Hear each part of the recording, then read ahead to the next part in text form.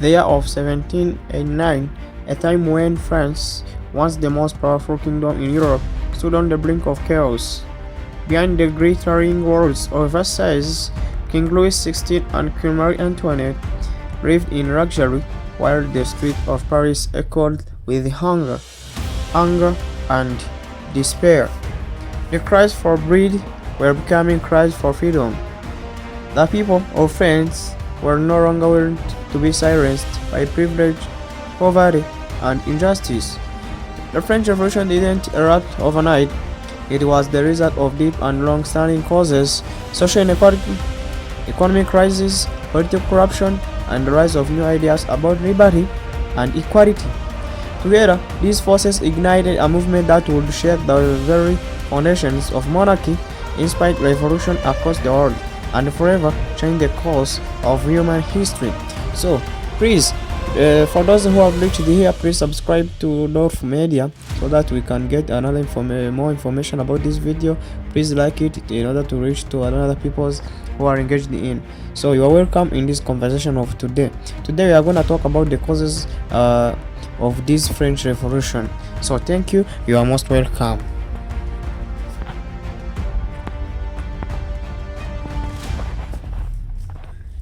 The French Revolution had both long and short-term causes, where its origin are said to have been stretched back into the 17th and 18th century.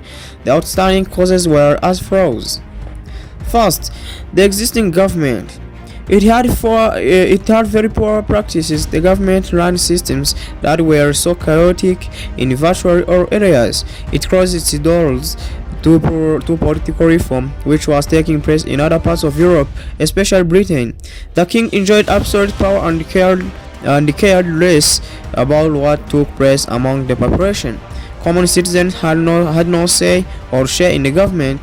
The peasants were unprivileged, while the educated were unhappy with the exclusion from official position at the head of the army, the navy, and the diplomatic service. The second cause is the influence of the philosophers. The ideas of the philosophers of the Enlightenment period had a great influence over the middle class and other people of the French society. Ideas of key outstanding personalities such as Voltaire, Diderot, Montesquieu, and Rousseau had a strong impact on the people. According to the people, it was a time such great ideas were put in practice. This was part of the causes of the French Revolution. So the another cause is a French influence of American Revolution. America provided a practical example of how a revolution could be organized and its benefits. The French rulers had supported the Americans against their masters, the British. She did had supported the Americans against their masters and the British. She did this to revenge her loss of colonies in Canada and India to the British during the 7-year war between 1756 and 1763. When Americans won, the French rulers were really happy about the victory. Little they know that it could influence a revolution in France. French soldiers who participated in the war were influenced by oppressive democratic ideas. They reflected on why the Americans rose up in arms against the British.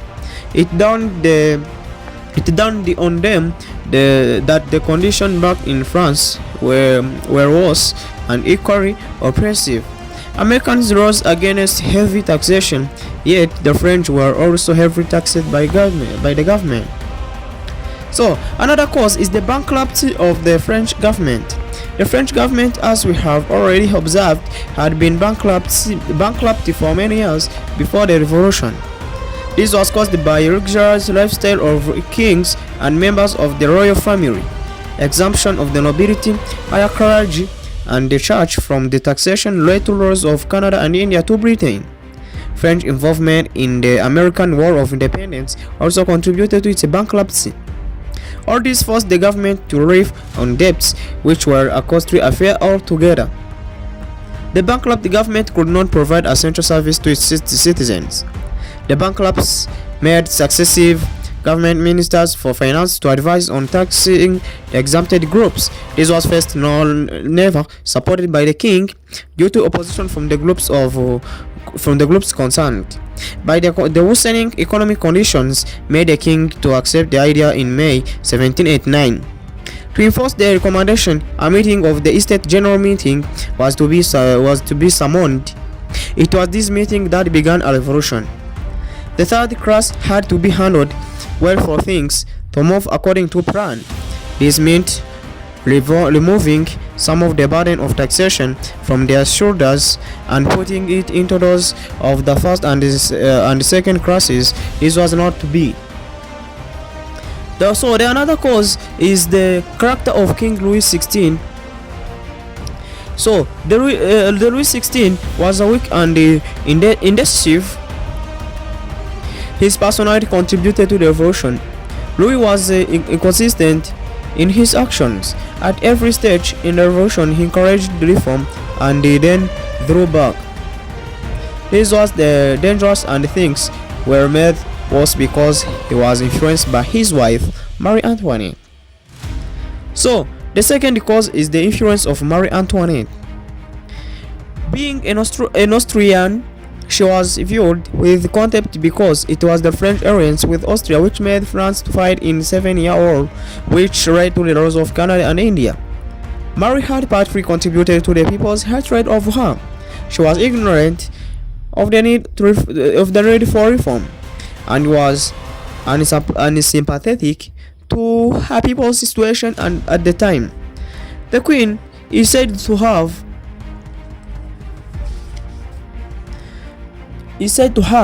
misadvised the king into making unpopular decisions.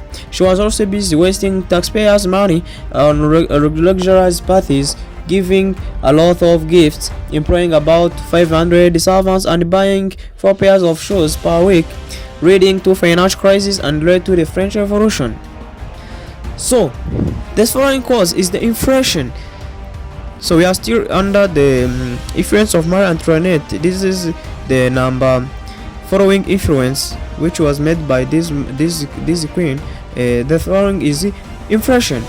There was high inflation which led to increase in the price of various goods. However, the rise in prices did not have a corresponding increase in salaries. The result was widespread poverty among the peasants. So, number following cause influence is the bad weather of 1788. Climate equally contributed to the revolution. There was bad weather in 1788 which ruined the harvest.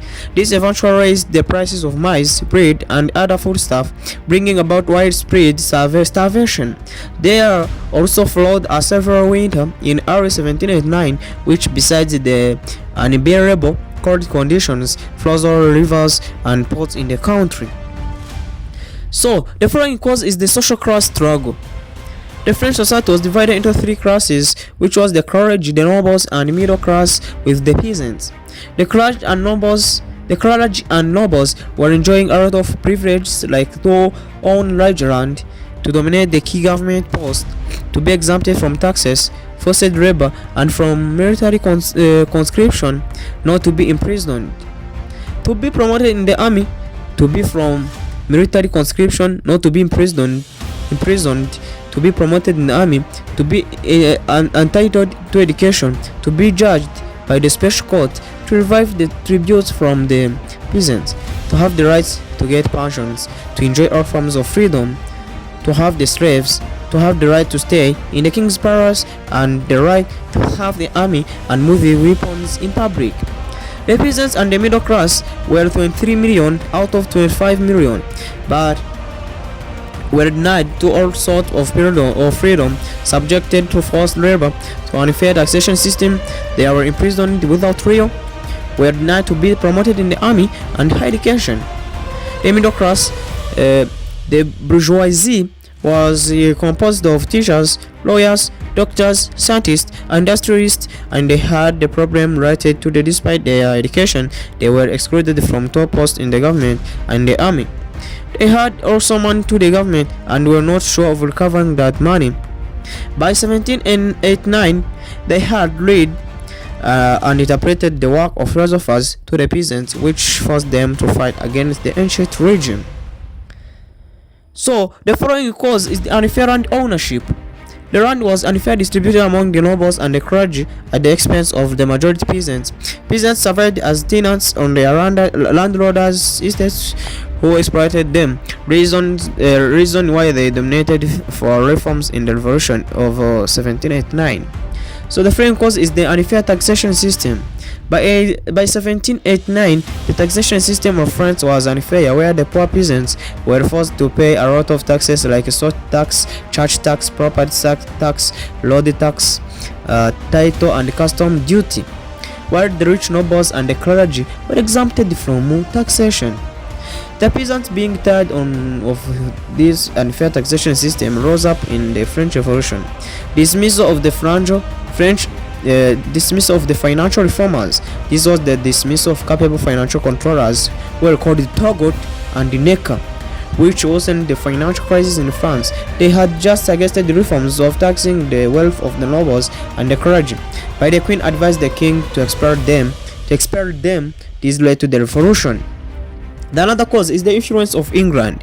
England nearly provided example to the French society. By 1750, she had modernized and had the best parliament, a good constitution, and she had an independent judiciary as well as religious practices. In addition to a better political environment, England became a reference to political philosophers who based their arguments on Britain. At least the Frenchmen desired life of England and wanted to put in practice by the 1789 French Revolution. So, the last cause, it is the calling for Estate General Meeting of May 15th, 1789.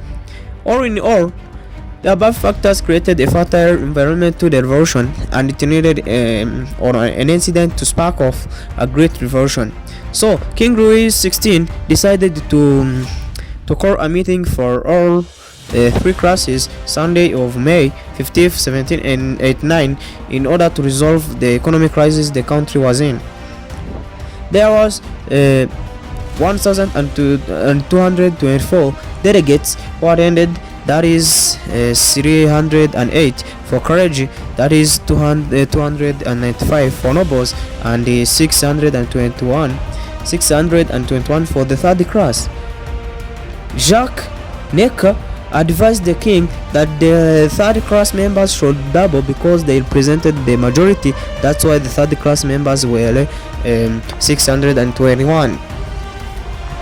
The trouble came when they failed to agree on the voting procedures, where the king wanted the voting to be on class basis and the opinion was for one man, one vote. The king, being very weak, he failed to control the situation, and from there their class members, they declared themselves the National Assembly, which marked the beginning of the French Revolution.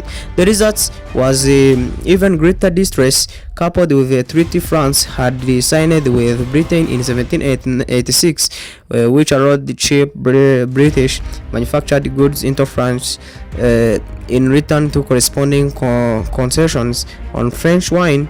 There was much suffering in the society. Unemployment increased and people moved to towns hoping to get better conditions.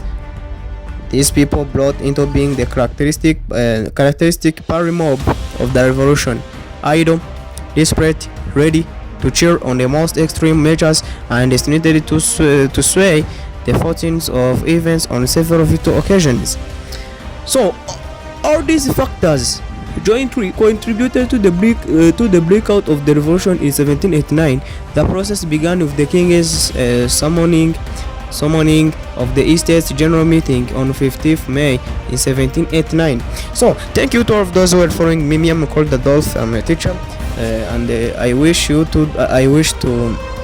bless to those who are just following me and who are just watching this video. So, thank you. I'm called Adolf. We'll meet again. And also, please, if you forget to subscribe, please subscribe to this channel of Dolph Media so that you can get another information about the French Revolution, because we will have another part. So thank you. God protects you.